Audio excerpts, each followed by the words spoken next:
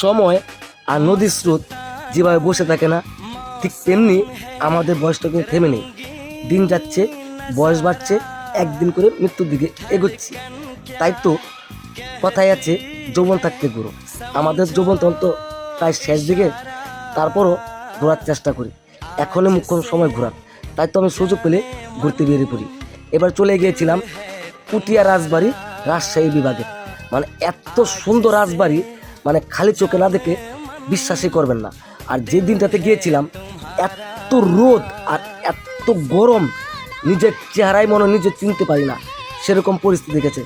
তারপরও আমি একটু ভিডিও করার চেষ্টা করেছিলাম, মানে সামনের দিয়ে যতটুকু পারছি ভিডিও করছি, কিন্তু ভিতরে ভিডিও করতে পারি নাই, কারণ ভিডিও করার অনুমতি নেই, যার জন্য ভিতর দিকে ভিডিও করতে পারি নাই।